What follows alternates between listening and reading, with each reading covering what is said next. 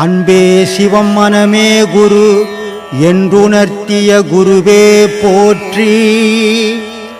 எனக்குள் இறைவனை உணர வைத்த குருவே போற்றி.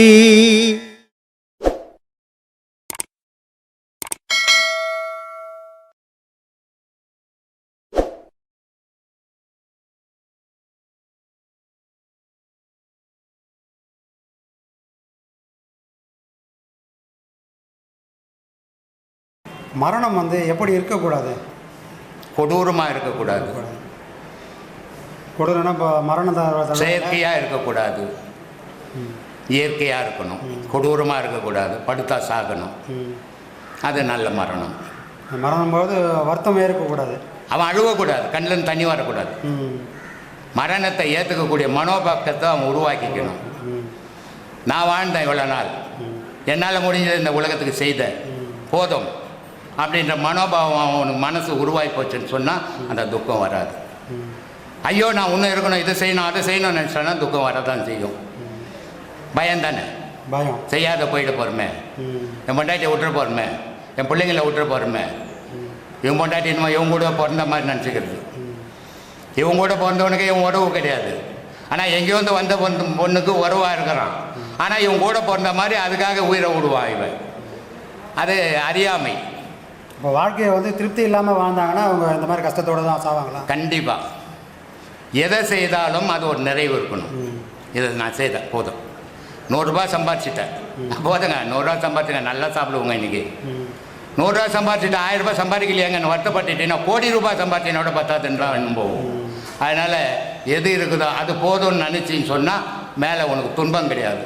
எது இருக்குதோ அது பத்தாதுன்னு நினச்சிட்டின்னா அந்த துன்பத்தை நீயே சேர்க்குறேன்னு அர்த்தம். துன்பம்ன்றது தனியாக உன்னை தேடி வர்றதே இல்லை, துன்பத்தை நீ போய் தேடி எடுக்கிற. ஒவ்வொரு மனிதனும் துன்பத்தை தானாக தேடி போய் எடுக்கிறான், ஆனால் ஒத்துக்கவே மாட்டான். இப்போது நிறைய பேர் சொல்லுவாங்க, உன்னோட சகவாசம் சரியில்லை, கூடா நட்பு கேடாய் முடியும் அப்படின்னா அந்த நம்மளோட நட்பு வட்டாரத்தை எப்படி வச்சுக்கிறது? இது எல்லாருக்கும் எல்லாரும் சொல்லினுக்கிறது. ஆனால் கூடா நட்பு நீ முதல்ல சரியாக இருக்கிறியான்னு பார்க்கணும். நீ சரியாக இருந்தீங்கன்னா கூடாதவங்க கூட போய் ஏன் கூடின? நீ சரியாக இருந்தீங்கன்னா கூடி இருக்க மாட்டேன். நீ சரியில்லாதால் தானே கூடாதவங்க கூட போய் கூடின. அப்போ நீயே முதல்ல சரியில்லை. ஆனால் அதை தான் சொன்னேன் நான் முதல்ல, மனுஷன் செய்கிற தவறை அவன் ஏற்றுக்கிறதே கிடையாது. ஒன்று விதி மேலே போடுவான், இல்லை கடவுள் மேலே போடுவான். இதுதான் மனிதனுடைய பழக்கமாக மாறி போச்சு. நான் செய்தங்க தவறு, இது சரியில்லாமல் போச்சுங்க அப்படின்னு ஒத்துக்கவே மாட்டான். நான் இவ்வளோ சிரமப்பட்டு செய்துங்க, நடக்காத போச்சுங்க, கடவுள் இப்படி பண்ணிட்டாங்க அப்படின்ட்டுவான். இது இயல்பான குணமாக மாறி போச்சு. யாரையுமே குறை சொல்லி வாழாமல் வழங்கணும். கூடுமான அளவுக்கு குறை எப்போ சொல்லணும்? அது உண்மையான குறையாக இருந்தால் சொல்லலாம். ஆனால் கற்பனை குறையெல்லாம் ஒருத்தர் மேலே சொல்லிக்கின்னு தெரிஞ்சோம்னாக்கா அதுவே நீ குறையானவன்னு அர்த்தம். அதுக்கு அப்போ நீ முழுமையானவன் இல்லை, இன்னும் உனக்கு முழுமையாக புரிஞ்சிக்கல நீ அப்படின்றத உனக்கே நீ போய் கேட்கணும். ஆனால் நீ கேட்குறதே கிடையாது. நீ அடுத்தவனையே குறை சொல்லி வாழும்போது உன் கண்ணில் கண்டதெல்லாமே குறையாவே தெரியும். அவன் வாழ்க்கை அவன் வாழறான், நமக்கு என்ன? அவனுக்கு பிடிச்சது அவன் வாழறான், நமக்கு என்ன அப்படின்னு போனோம். நீ அவனை குறை சொல்லி நீ என்ன அவனை போய் திட்டுற முடியுமா? வள்ளுவன் சொல்கிறான், ரொம்ப அழகாக சொல்கிறான், ஒரு நட்பு கொண்டாடுற, அவன் நல்லவனோ கெட்டவனோ நீ நட்பு ஆகும்போது தெரியாது. ஆனால் நட்பு உண்டான பிறகு பழகிட்ட பிறகு உன்னுடைய நண்பன் செய்கிற தவறு, அப்போ நீ என்ன பண்ணணும்? உண்மையான நண்பனாக தான் அவனை திருத்தணும். நீ திருத்தி பார்க்கணும், திருந்தனா பார்க்கணும், அவன் கூட இருக்கணும். திருந்தலைன்னா நீ அவனை விட்டு விலகணும்டா. நீ அவன் கூடவே இருந்தீங்கன்னா அவனை விட மோசமானவன்டா நீன்றார். அது மாதிரி ஒரு கெட்டவன்னு தெரிஞ்சதுன்னா அவனை விட்டு விலகணும். அவன் கூடவே உறவாடினா நீ அவனை விட கெட்டவனாக இருந்தால் தான் அவன் கூட உறவாடின்னு இருப்ப. அந்த மாதிரி உறவுகளை பகுத்து பார்க்கணும். சொல்லு. அப்போ நான் சரியாக இருந்துட்டேன்னா இந்த மாதிரி ஆளுங்களாம் என்ன ஏன் சேர போகிற? நீ சேர மாட்டாங்க. சேர மாட்டியே. நான் தான் சொல்கிறேனே, யாரையுமே உறவாக்காத, யாரையுமே பகையாக்காத. எல்லாரும் ஒரு உருவங்கள் பார்த்த நல்லாகிற அப்படியே போ, உனக்கு ஆபத்தே கிடையாது. ஒட்டி உறவாடும் போது தான் உனக்கு பிரச்சனையே வரும். அது உறவில் இருந்தாலும் சரி, இல்லை வேறு இடத்துல இருந்தாலும் சரி, எப்போ அதிகமான உறவுகள் ஏற்படுதோ பிரிவு வரும்போது அதுதான் துன்பத்தை கொடுக்கும். அதிகமான உறவுகள் எப்போ இல்லையோ அப்போ பிரிவு வரும்போது துன்பத்தை கொடுக்காது. இதுதான் உறவுனுடைய நிலை.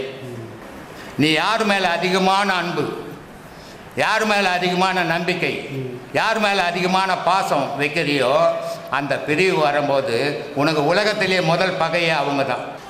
உனக்கு அதை விட பகைவன் கூட இருந்திருப்பான், அவனை கூட மறந்துடுவேன், இவனை தான் பகைவனை ஆக்கிப்பேன்.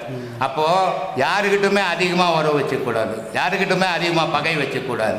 எல்லாரையும் ஒரே மாதிரி பக்குவத்தோடு நடந்துக்கினா உனக்கு பிரச்சனை இல்லை. ஆனால் அவர் நல்லவர், இவர் நல்லவர், இவர் நல்லவர், அவர் நல்லவர்னு போனால் அவர் ஒரு நாள் கெட்டவர் ஆகும்போது உனக்கு அது பகையாக மாறிடும். இது இப்போ வந்து நீங்கள் சொன்னது வந்து ஏதாவது ஒன்று நான் பட்டு அனுபவிக்கும் போது எனக்கு புரியுது. இது இயல்பாக பட்டு அனுபவிக்கும் போது நெருப்புன்னா சுடுன்னு பெரியவங்க சொல்லியிருக்கிறாங்க. அதை புரிஞ்சு நினைக்கனா அவன் அறிவாளி, இல்லை நான் தொட்டு தான் பார்ப்பேன்னா முட்டாள் தானே. அது மாதிரி இப்படிலாம் இருந்தால் பகை வரும்னு சொல்கிறாங்க பெரியவங்க. அதை தெரிஞ்சு நடந்தால் அவன் அறிவாளி, இல்லை நான் பட்டு திரும்பி வரேன்னா அவன் முட்டாளுன்னு அர்த்தம். இறக்க குணம் நிறைய பேருக்கு இருக்குது. அந்த இறக்க குணத்தை வந்து சில பேர் வந்து தவறாக பயன்படுத்துகிறாங்க. அப்போது அந்த மாதிரி சூழ்நிலையில் இறக்க குணம் உள்ளவங்க எப்படி இவங்களை ஹேண்டில் பண்ண முடியும், எப்படி இவங்களை இது பண்ண முடியும்? இறக்க குணவன் எனக்கு இறக்க குணம் இருக்குதுன்னு நட்டோட்டில் போய் நினைக்கிறேன், உன்னை 4 பேர் கூறு போட்டுருவோம். இறக்க குணம் இருந்தால் அது உன்னோட வச்சுக்கணுமே தவிர எனக்கு இறக்க குணங்குதுங்க இறக்க குணங்குதுன்னு டம்மார் அடிக்கக்கூடாது. டம்மார் ஆச்சுன்னா உன்னை 4 பேர் பைத்தியக்காரனை ஆக்கிடுவான் ஒன்று. அது வந்து சில பேர் பெருமைக்காக சொல்லுவோம், என்ன மாதிரி இறக்கப்படுறோம் யாரும் இல்லைங்க, என்ன மாதிரி தர்மம் பண்ணுறோம் யாரும் இல்லைங்க, என்ன மாதிரி இது செய்கிறோம் யாரும் இல்லைங்கன்னு சொல்லும் போது தான் அதை பல பேர் பயன்படுத்திப்போம். நீயே அதை சொல்லிக்கிற, செய்ததை சொல்லாதேன்னு சொல்லிக்கிறேன் நான். அந்த மாதிரி இருந்தீங்கன்னா உனக்கு பாதிப்பு வராது. நீயே போய் மோலாட்சின்னு போனீங்கன்னா அப்படி பயன்படுத்திப்பாங்க. உலகம்ன்றதை இன்னொரு பொருளை பயன்படுத்துறது தானே. அதனால் அது யார் எப்படி வசதி கிடைக்குதோ அதுக்கேற்ற மாதிரி பயன்படுத்திப்பாங்க. ஐயாவோட பக்தர்களுக்கோ சீடர்களுக்கோ எனக்கு மனப்பூர்ணமாக ஆத்ம வணக்கம். ஐயா என்ன கேள்வின்னா, இப்போ இடீ உலகமே நம்ம கும்பமேளா பார்த்துட்டு இருக்குது. ஒரு 60 கோடி 70 கோடி வராங்க அப்படின்னு எல்லாம் சொல்கிறாங்க ஐயா. அங்கே கிட்ட வச்சு கேட்க அங்கே நடக்கிற காரியம் எதா நோக்கி ஐயா? கும்பமேளானா என்ன ஐயா? அங்கே என்னன்னா கங்கா யமுனா சரஸ்வதி வந்து ரகசியமாக சரஸ்வதி ஓடுது. அங்கே இந்த நாளில் ஸ்நானம் பவித்திரமான அந்த ஸ்நானம் பண்ணால் அங்கே பாவம் வேலை போகுதுன்னு சொல்கிறாங்க. அது உண்மையா? போயிட்டு எல்லாமே அங்கே நீரில் முழுங்கி எழுந்திட்டா பாவம் போயிட்டுருதா? இதுதான் கேள்வி. உடனே ஒரு ட்ரெயினை புக் பண்ணுவோம். இந்த ஒரு விஷயம் சொல்லுவாங்க, பாவிகளேன்னு ஊரெல்லாம் சொல்லி நிற்பாங்க. அந்த மாதிரி இல்லை. இது பாவம்ன்றது எங்கே போனால் தீரும். ஏன் காசியை சொன்னாங்க, ஏன் அங்கே திரிவேணி சங்கமத்தை சொன்னாங்கன்னா, அங்கே அங்கே 2 ஆறு தான் ஓடுது. வேறு நாங்களே போய் பார்த்தோம். திரிவேணி சங்கம்னா 3 ஆறு ஒன்றா சேர்ந்தா அது திரிவேணி சங்கமம். ஆனால் அங்கே ஓடுறது 2 தான். 2 சேர்ந்து ஒரு பொருளாக ஓடிக்குது. கங்கை ஒரு பக்கம் வருது, யமுனை ஒரு பக்கம் வருது. இந்த 2 ஒரு இடத்துல கூடி ஒன்றா போகுது. அப்புறம் அது எப்படி பாவத்தை போக்கும் அப்படின்னா அவங்க சொல்கிறாங்க, சரஸ்வதின்ற ஒரு ஆறு பூமிக்கு அடியில் ஓடுதுப்பா. இந்த 2 பொருளும் மேலே ஓடுது, சாட்சியாக ஓடிட்டு இருக்குது. உனக்கு சாட்சியே இல்லாமல் உன் கண்ணுக்கு தெரியாமல் நீ உணர முடியாமல் சரஸ்வதின்ற ஒரு ஆறு இந்த 2 ஆற்றுக்கும் நடுவில் கீழே போயிட்டு இருக்குது. நீ குளிச்சனா அந்த சரஸ்வதியோட அருள் உனக்கு கிடைக்கும். அதுதான் திரிவேணி சங்கமம். இது வரைக்கும் அந்த ஆறை யாரும் பார்த்ததில்லை. ஆனால் சாஸ்திரப்படி இதை சொல்கிறாங்க. இது உண்மைதான். அங்கே போனால் பாவம் தீருந்தான். ராமகிருஷ்ணர் சொன்ன மாதிரி தான் கங்கையில் போய் குளிச்சுன்னு தான் இருக்கிறான். ஆனால் குளிக்கிறவன் எப்படி குளிக்கிறான்னா, அவன் போட்டுன்னு வந்த துணியை மரத்தில் காட்டி வச்சுட்டு இவன் மட்டும் போய் குளிச்சுட்டு வந்து திரும்ப அதே சட்டையை எடுத்து மாட்டிக்கிற மாதிரி தான். கங்கையில் போனவொடனே சொல்லுவான், காசிக்கு போனவொடனே, நீ இவ்வளோ தூரம் வந்துட்டீங்க, நீ எதையாவது இங்கேருந்து விட்டுட்டு போனோம், இங்கே வந்து நீ விட்டுட்டு போயிட்டேன்னா அதுக்கப்புறம் நீ அதை திரும்பி கூட பார்க்கக்கூடாதுன்னு. எதை விட்டுட்டு போகிறது? பொண்டாட்டி விட்டு போயிடலாமா? புள்ளைய விட்டுட்டு போகலாமான்னா செட் ஆகாது. வேறு எதனா கொஞ்சம் குறைங்க. நகை நட்டு இல்லை அது ரொம்ப கஷ்டப்பட்டு வாங்குது. அப்புறம் வேறு என்ன தான் விடுறது? வேறு என்ன விடுறதுனே தெரில. சரி வெண்டைக்காய் வாங்கி விட்டுருவான். வெண்டைக்காய், சுண்டைக்காய், கத்திரிக்காய் அப்படின்னு அங்கே விட்டுனுக்குறாங்க. எதை விடணும்? ஏன் விடணும்? ஏதோ ஒரு பொருள் நம்மக்கிட்ட ஒரு தப்பான பொருள் இருக்குது. அந்த பொருள் எதை தெரிஞ்சு நாம் அதை போய் விட்டுட்டு வரணும். ஒரு வட்டிக்கு விட்றேன், 10 பைசா வட்டிக்கு நான் விட்றேன். எனக்கு அறிவு இல்லை, நான் பணம் சம்பாதிக்கணும், அது எந்த வழியில் வந்தாலும் பரவாயில்லன்னு என்கிட்ட இருக்கிற பணத்தை 10 பைசாக்கு வட்டி விட்டுட்டு நான் அதை அச்சு பிடிங்கி நான் சேர்த்துட்டேன். இப்போ ஏதோ எனக்கு கொஞ்சம் அறிவு வந்துக்குது, வட்டி கொடுறதெல்லாம் பாவம், அதனால் இனிமேல் வேணாம். என்ன பண்ணுறது கேட்டால் பெரியவங்க சொன்னாங்க, நீ செஞ்ச பாவம் காசிக்கு போனால் கூட தீராதே, இருந்தாலும் பரவாயில்ல காசிக்குன்னா போயிட்டு வந்துடு அப்படின்றாங்க. சரி நான் போகிறேன். போயிட்டு குளிச்சுட்டு திரும்ப வந்து இங்கே வட்டி தொழிலை விட்டோம்னா பாவம் தீராது. அன்னையோடு நான் அந்த வட்டி தொழிலை விட்டுட்டேன்னா பாவம் தீர்றதுக்கும் பரிகாரம் தேடுறதுக்கும் ஒரு மார்க்கம் உண்டு. அப்போது காசின்ற ஒரு இடத்துல, திரிவேணி சங்கம்ன்ற ஒரு இடத்துல நான் போய் சேர்றேன்னு சொன்னால், இது வரைக்கும் செஞ்சிருந்த ஒரு தவறை இனிமேல் என் வாழ்நாளில் செய்ய மாட்டேன்ற ஒரு உறுதிமொழி எடுத்தால் மட்டும்தான் அங்கே பாவம் தீர்றதுக்கான வழி. மற்றபடி சுண்டக்காய் வெண்டைக்காயெல்லாம் விடுறதுனால எந்த பாவம் தீராது. எங்கே கூட ஒரு அம்மா இருக்கிறாங்க, வெண்டைக்காய் சாப்பிடவே மாட்டாங்க. ஏம்மா சாப்பிட மாட்டேன், நல்ல பொருள் தானே, காசியில் போய் நான் அதை விட்டுட்டு வந்துட்டேன், இனிமேல் அதை கண்ணால் கூட பார்க்கக்கூடாது. அந்த மாதிரி இருக்கிறதுனால யார் பாவமோ எதுவும் தீராது. அப்போது பெரியவங்க உண்மையை வகுத்து வச்சு தான் ஒரு விஷயத்த சொல்கிறாங்க. ஆனால் காலப்போக்கில் அதை என்ன பண்ண, நம்ம வசதிக்கு ஏற்ற மாதிரி மாற்றி மாற்றி மாற்றி மாற்றி அந்த அர்த்தம் இப்போ அனர்த்தமாக மாறிச்சு. அந்த மாதிரி போகக்கூடாது சாமி. திரிவேணி சங்கமும் உண்மையிலே இருக்குது. அது எங்கே இருக்குதுன்னா, நம்ம உடலுக்குள்ளே கங்கையும் யமுனையுமா இந்த இந்த மூச்சு தான், இதுதான், இந்த 2 மூச்சு தான் கங்கையாகவும் யமுனாயாகவும் இருக்குது. வலது மூச்சியே கங்கை, இடது மூச்சு யமுனை. அப்போ சரஸ்வதி எங்கே தான் பாருக்குறா அப்படின்னா, அங்கே எப்படி பூமிக்கு அடியில் மறைஞ்சி இருக்குதோ அதே மாதிரி இங்கேயும் மறைஞ்சு தான் இருக்குது.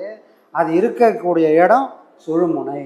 இந்த 2 பேரும் ஒன்றா சேர்ந்து என்னைக்கு அங்கே போகிறாங்களோ, இந்த 2 மூச்சை ஒன்று சேர்த்து என்னால் புருவ மையத்தில் போய் சேர்க்க முடியுதோ அந்த இடம் தான் திரிவேணி சங்கமம். அந்த 3 மூச்சை ஒன்று சேர்ந்ததுன்னா அது திரிவேணி சங்கமம். அங்கே நான் தினம் தினம் தினம் குளித்தேன்னா இது நாள் வரைக்கும் செஞ்ச பாவம் தீரும். அங்கே நீர் தேவையில்லை, இந்த 3 பொருளும் ஒன்று சேரணும், அது பேர் தான் முக்தி. அது எது 3 தீ, ஒன்று சூரியனாகவும், ஒன்று சந்திரனாகவும், ஒன்று அக்னியாகவும் இருக்குது. அந்த அக்னிக்கு நமக்கு பார்வைக்கு தெரியாது. அப்போ இந்த சூரியன்ற ஒளியையும் அந்த சந்திரன்ற ஒளியையும் அக்னின்ற அந்த ஒளிக்குள்ளே கொண்டு போய் சேர்த்துட்டோம்னா அது மும்மலத்தை நீக்கக்கூடிய ஜோதியாக மாறும். அதுக்கு பேர் தான் முக்தி. அந்த இடத்துல நின்று அந்த இடத்துல போய் அதே இடத்துல நிற்கிறதுக்கு நான் பழகிட்டேன்னு சொன்னால் எனக்கு யோகம் தேவையில்லை, நான் ஞானத்தை தேடி ஓட வேண்டிய வேலை இல்லை, இந்த பிறவி முக்தி அடைஞ்சிடும். அதுதானது திரிவேணி சங்கமம். அது எங்கே இருக்குதுன்னு அலகாபாத்தில் இல்லை, ஒவ்வொருத்தரையும் உடலில் அது இருக்குது, சாட்சியாக அங்கே வச்சுருக்காங்க. அப்போ யாருக்கெல்லாம் பாவம் போகணும், யாரெல்லாம் புண்ணியவானம் ஆகணும் அப்படின்னு சொன்னால் கங்கையில் போய் குளிக்கிறதை விட்டுப்புட்டு அவங்கவுங்க மூச்சை அவங்கவுங்க இடத்துல போய் கண்டிப்பாக சேர்த்துட்டோம்னா செஞ்ச பாவம்லாம் தீரும். ஏன்னா இதை யாரும் சொன்னதில்லை, ஒரு மகானும் அதை தான் சொல்லி வச்சுருக்காங்க. எப்போ பாவத்தை தீர்க்கக்கூடிய சக்தி எதுக்கு இருக்குதுன்னா உன் மூச்சுக்கு இருக்குது. இது தெரியாதவனுக்கு தர்மம் பண்ணி தான் பாவத்தை தீர்க்க முடியும். அப்போ கூட பாவம் தீருமானா பாவம்லாம் தீராது. அந்த பாவத்தினால வரக்கூடிய அடியை தாங்கக்கூடிய சக்தி கிடைக்கும் யாருக்கு? தர்மம் செஞ்சவனுக்கு. ஆனால் நான் பாவம் மட்டுமே செய்வேன், தர்மம்லாம் செய்ய மாட்டேன்னா அதுக்கப்புறம் வாங்குற அடி இருக்குது, தலைகீழே கட்டி வச்சு அடிப்பாங்க. அப்போது அந்த பலமாவது உனக்கு வேணும்னா நீ தர்மத்தை செய்யி. இருக்கிற சொத்தை வித்தெல்லாம் தர்மம் பண்ண சொல்லலை, நீ சம்பாதிக்கிற பணத்தில் ஒரு பங்கை தர்மம் செஞ்சனா உன்னை காப்பாற்றக்கூடிய சக்தி அது கிடைக்கும். சரிங்களா? அப்போ அதை தான் சொல்ல, ஒரு மனுஷனும் பாவ புண்ணியன்ற 2 பொருளை மட்டும்தான் சுமந்துன்னு போய் திரும்ப பிறவி எடுக்கிறான் எல்லா மனுஷனும். ஆனால் இந்த யோக பாதைக்கு ஞான பாதைக்கு வந்தவங்க எல்லாரும் 3 பொருளை சுமந்துக்குன்னு போகிறாங்க. எல்லா மனுஷனும் பாவ புண்ணியம் 2 போகிறான், யோகம் பண்ணுறவங்க 3 பொருளை சுமந்து போகிறாங்க. எது பாவமும் சுமக்கிறாங்க, புண்ணியத்தையும் சுமக்கிறாங்க, அவங்க செஞ்ச தவத்தையும் கொண்டு போகிறாங்க. இதை எப்படி அவங்க அனுபவிச்சே ஆகணுன்றது கட்டாயமோ, இந்த தவமும் அவங்க முடிக்க வேண்டியது அவங்களோட கட்டாயமாயிடும். இது யாருக்கு சாத்தியம்? இங்கே பாடம் வாங்குதுன்னா எல்லாருக்கும் 3 பொருளை தான் கொண்டு போகிறோம், முடிக்காமல் போனாலும். புரியுதுங்களா?